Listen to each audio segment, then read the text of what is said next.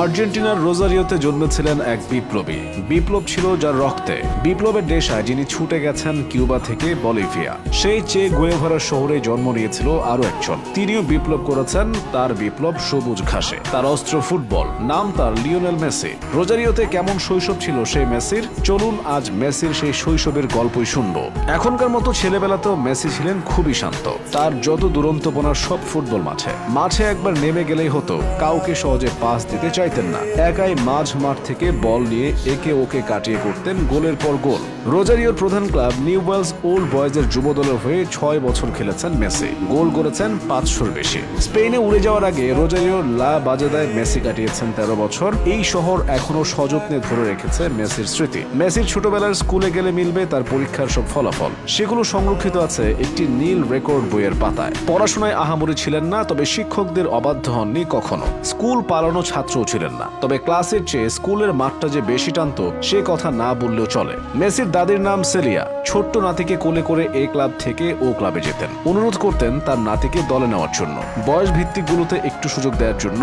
সেই দাদির কারণে আজ মেসি হয়ে উঠতে পেরেছেন। এ কারণে মেসিকে আজও গোল দিলে 2 হাতের তর্জনী উঠিয়ে আকাশে তাকাতে দেখা যায়। মেসি যে বেশিরভাগ গুলি উৎসর্গ করেন স্বর্গে চলে যাওয়া দাদির উদ্দেশ্যে। চকলেট কুকিজের প্রতি লোভ ছিল মেসির। বয়স ভিত্তিক দলে যখন খেলতেন মেসি, ডাগআউটে দাঁড়িয়ে থাকা কোচ দারুণভাবে এই কুকিজ ব্যবহার করতেন। মাঠে নামার আগে বলতেন, যতগুলো গোল করবে ততগুলো কুকিজ পাবে। কখনো কখনো এমন হতো কোচ হয়তো 12টা কুকিজ এনেছেন, কিন্তু মেসি গোল করেছেন 14 কি 15টি। তার বাবা হোর্হে হোরাসিও মেসি এবং তার মা সেলিয়া মারিয়া কুচ্চিত্তিনি।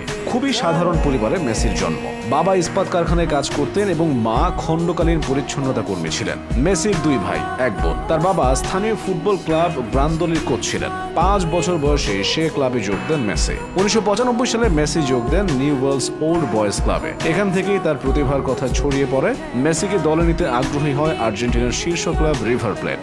কিন্তু 11 বছর বয়সে মেসির ভবিষ্যৎ পড়ে যায় অনিশ্চয়তার মুখে। গ্রোথ হরমোনের সমস্যা ধরা পড়ে। অন্য সব শিশুর মতো মেসির বেড়ে ওঠার জন্য প্রয়োজনীয় হরমোন শরীরে উৎপন্ন হচ্ছিল না। চিকিৎসক জানালেন এই রোগের চিকিৎসা আছে, কিন্তু তা খুবই ব্যয়বহুল। সপ্তাহে $900 করে লাগবে। এ তো বিরাট অঙ্কের টাকা। মেসির পরিবার তো দূরের কথা, রিভার প্লেটেরই সাধ্য নেই এই খরচ মেটানোর। ক্লাবটি পিছিয়ে গেল, মেসিকে নিল না আর দলে। এখানেই জন্ম নিল যেন এক রূপকথা। মেসির প্রতিভার খোঁজ পৌঁছে গিয়েছিল স্পেনের বার্সেলোনায়। খুদে প্রতিভা খুঁজে বের করে দায়িত্ব থাকে ক্লাবগুলোর স্কাউটদের উপর।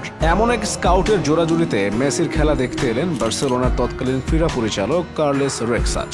বার্সেলোনা এভাবে এগিয়ে না এলে হয়তো অকালেই ছড়ে যেতেন। ফুটবলার আর নাও হতে পারতেন মেসি। মেসির খেলা দেখে এত মুগ্ধ হলেন, সঙ্গে সঙ্গে চুক্তি করে নিতে চাইলেন। পাছে অন্য কোনো ক্লাব সই করিয়ে ফেলে এই ভয়ে হাতে থাকা ন্যাপকিনেই চুক্তিটা সেরে ফেলেন রেক্সাচ।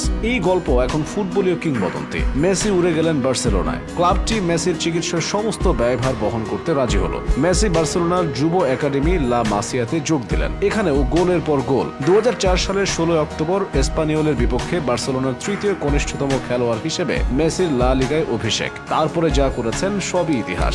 মেসি এখনো তার শেকড় ভুলে যাননি। বিশ্বের অন্যতম ধনী ক্রীড়াবিদ মেসি তার আয়ের একটা অংশ নিয়মিত খরচ করেন এই শহরের স্কুল এবং অন্যান্য ব্যয়ের পেছনে। ছুটি পেলে এখনো ছুটে যান নিজের প্রিয় শহরে।